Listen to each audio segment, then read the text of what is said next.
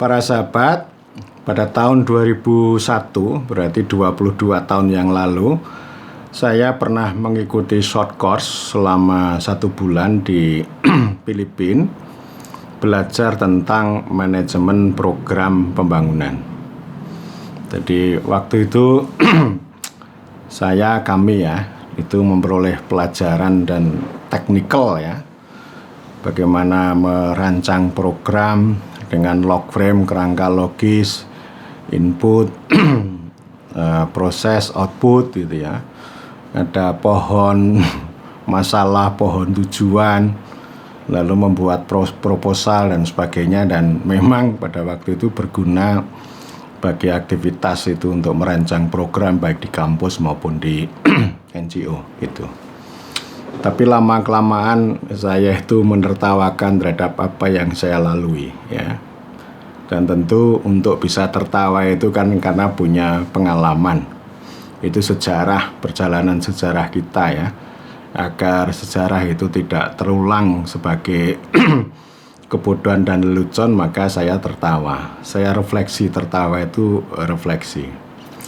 Nah, apa yang saya refleksikan ya? Artinya proposal itu ya istilahnya ya mengangkat mobilitas sosial saya. Ya, itu yang secara personal, secara privat harus saya syukuri.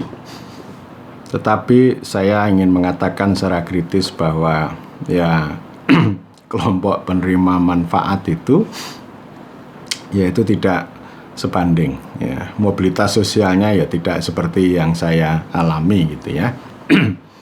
Jadi artinya ya sama nanti dengan program penanggulangan kemiskinan itu yang kaya ya para perencana, para pelaksana, para pendamping, pokoknya para penyelenggara program, bukan pada orang-orang yang ditarget oleh program itu. Ada sebuah kritik bahwa ya program penanggulangan kemiskinan itu ibarat menarik sapi kurus dengan tali yang besar dan panjang. Sapinya tetap kurus, sapinya ada di pelosok negeri gitu ya, tapi talinya itu sampai ke Jakarta. Jadi talinya itu ya yang tentu butuh biaya besar, kemudian yang memegang tali itu banyak ya. Jadi yang menikmati program penanggulangan kemiskinan itu adalah para juragan-juragan tali itu tadi, bukan pada orang-orang miskin yang ditarget. Ya, jadi saya punya pengalaman begitu. Demikian juga dengan melakukan pendampingan, ya, pendampingan terhadap desa. Ya kita nggak mungkin untuk mentarget misalnya 200-300 sekian desa dalam satu kabupaten. Lalu dengan program atau dengan piloting, dengan pilot project, itu kan manajemen program juga itu. Nah, ini desa-desa yang kita dampingi, perencanaannya menjadi lebih baik, lalu hasil perencanaannya bisa untuk negosiasi pada kabupaten. Pada waktu itu ya sebelum ada undang-undang desa, lalu kabupaten mengatakan, nah ini yang kami kehendaki, perencanaannya baik gitu ya, karena itu didanai oleh kabupaten. Terus ini bisa mencetak sawah, bisa membuat kandang kolektif, bisa memperbaiki infrastruktur, bisa menata air dan sebagainya. Tapi ya lokalisme naif. Yang berubah ya hanya yang didampingi itu. Sementara jumlah desa yang lebih besar yang tidak didampingi itu tidak berubah. Ini namanya lokalisme naif, satu. Yang kedua, berarti saya melakukan eksklusi terhadap desa-desa yang jumlahnya lebih besar daripada yang saya dampingi. Eksklusi ya, mengabaikan ya. Lalu kalau dengan pilot project kan, lalu apa gunanya kita punya kebijakan? Ya, karena itu kami pernah menulis buku dengan judul Kaya Proyek Miskin Kebijakan. Itu sebagai bentuk refleksi dari manajemen program tadi ya. Ya itu refleksi dulu, dan kita kan lalu berpikir supaya kita melihat lebih utuh, ya kebijakan itu lebih utuh, tidak ditempuh dengan proyek-proyek yang sangat menghasilkan lokalisme naif dan mengeksklusi pihak lain. Tapi kan itu enggak pernah direfleksi dengan baik. Presiden Joko Widodo tahun 2017 sebenarnya pernah mengingatkan, dan ini bolak-balik saya sampaikan ya, tapi kan nggak direspon. Presiden pun nggak direspon, apalagi saya, ya. Para menteri, gubernur, bupati, wali kota tidak usah bikin banyak program, cukup 4 program, selebihnya adalah pelayanan. Oh, itu dasar loh itu, dasar ini refleksi ya. Jadi saya akan terus-menerus mengkaitkan ya. Jadi saya menertawakan pengalaman saya jagoan membuat proposal dulu itu dengan pelayanan yang disampaikan presiden itu. Ya. Kita membuat program 4 itu kan program yang sifatnya fisik infrastruktur. Boleh, itu namanya kan building itu. Bangun jalan, jembatan, waduk, bendungan, embung gitu. Atau bikin Candi Borobudur itu ya tidak apa-apa, itu diprogramkan, itu kan untuk sarana fisik. Tapi kalau kita mau membangun institusi, membangun manusia, ya jangan pakai program, tidak usah pakai log frame, kerangka logis. Nanti ada input, proses, output, outcome, impact gitu ya. Jadi ini kan mereduksi log frame ini ya. Dulu kami juga begitu, membuat pohon masalah, pohon tujuan, lalu bikin satu kotak, satu halaman itu proses mereduksi masalah. Itu yang sering disebut dengan teknikalisasi, atau bisa juga itu sebagai teknologi kekuasaan. Jadi program dalam hal ini itu adalah teknologi kekuasaan. Jadi ya sebagai instrumen untuk meneguhkan kekuasaannya, antara lain untuk mengendalikan para pihak yang disebut targeting tadi, atau kelompok penerima manfaat, agar sikap perilaku mereka itu didrive oleh proposal yang kita susun itu. Dan itu reduksi ya, mereduksi. Nggak mungkin itu kalau kita berhubungan dengan Bohir kan dianalisis, dievaluasi itu soal log frame itu ya. Dan itu yang sekarang saya tertawakan ya, bikin mengintervensi manusia, institusi dengan log frame yang sudah direduksi sedemikian rupa ya. Jadi dengan cara reduksi ini ya akhirnya kita menyederhanakan banyak hal. Ada satu kalimat begini, bahwa yang simpel itu tidak tepat, yang rumit itu tidak berguna. Jadi kita melakukan simplifikasi atas masalah, atau bahasa Taniali itu problematisasi. Jadi soal kemiskinan kita problematisasi, nah setelah itu diteknikalisasi. Ya. Nah teknikalisasi ini menjadi rumit. Jadi masalah yang kompleks, masalah manusia, itu disederhanakan menjadi log frame, menjadi program. Itu namanya penyederhanaan. Nah setelah disederhanakan, lalu ini dibikin rumit ya.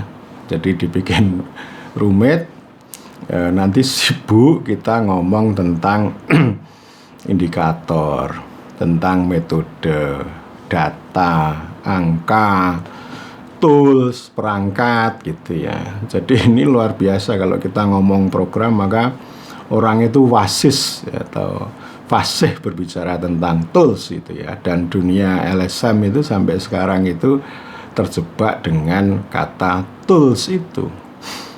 Ya, ini bagian dari mereduksi tadi, dan itu sekali lagi juga tools itu juga sebagai kekuasaan untuk mengendalikan dan mengatur orang banyak. Jadi program itu ya salah kaprahnya tadi ya, di satu sisi dia menjadi sederhana atau direduksi karena itu dia tidak tepat ya, karena dia mereduksi masalah itu ya. Yang kemudian yang kedua, dia tidak berguna karena kerumitannya tadi. Rumit loh itu ngomong soal ini ya, pengukuran tadi itu. Nah pada akhirnya nanti tergantung apa yang disampaikan oleh senior saya, Mas Fajar Sudarmo, itu penjelasan. Jadi akhirnya tergantung pada penjelasan. Faktanya ya tidak ada atau nggak bisa berubah sama sekali, tapi tergantung pada penjelasannya. Oh ini sukses, ini berkinerja dengan baik gitu ya. Lalu diambil lesson learn, pembelajaran berharga, itu kan semuanya tergantung pada penjelasan, bukan pada ini ya, denyut kehidupan. Nanti kalau dievaluasi itu kelompok-kelompok penerima manfaat itu kan juga ini akan ngomong yang baik-baik gitu ya. Wah ini betul-betul luar biasa ini, secara moral etik ini luar biasa, dan saya melakukan refleksi atas itu. Ya, jadi poin saya saya tidak menyampaikan secara sistematis tentang salah kaprah tadi ya, tapi saya kira cukup banyak ya, entah itu problematisasi, teknikalisasi, lalu reduksi dan sebagainya, itu menjadi bagian dari salah kaprah dan termasuk mengintervensi manusia maupun institusi itu dengan pendekatan yang sangat reduksionis. Itu menjadi bagian dari salah kaprah tadi. Dan kembali kepada ungkapan Presiden bahwa yang terpenting adalah pelayanan. Pelayanan itu adalah inti dari pemerintahan. Kalau program itu adalah inti dari pembangunan. Ya, kita kembali pada pemerintahan ya, dengan pendekatan pelayanan. Seperti halnya, makanya kan ini direduksi Presiden melakukan penyederhanaan birokrasi itu antara lain supaya ini birokrasi ini ya, eselon 3 ini tidak sibuk membuat program tapi sibuk melayani itu ya. Jadi saya menemukan alur dari itu, dari kebijakan Presiden itu ada di situ ya. Seperti halnya kita para guru itu melayani anak-anak sekolah ya, itu nggak usah pakai program tapi pakai pelayanan, syukur ditambah dengan perlindungan gitu ya. Jadi pelayanan itu kata Presiden itu sebagai manifestasi nyata dari negara hadir. Jadi kalau program itu bukan negara hadir, lalu yang hadir siapa? Ya para teknokrat.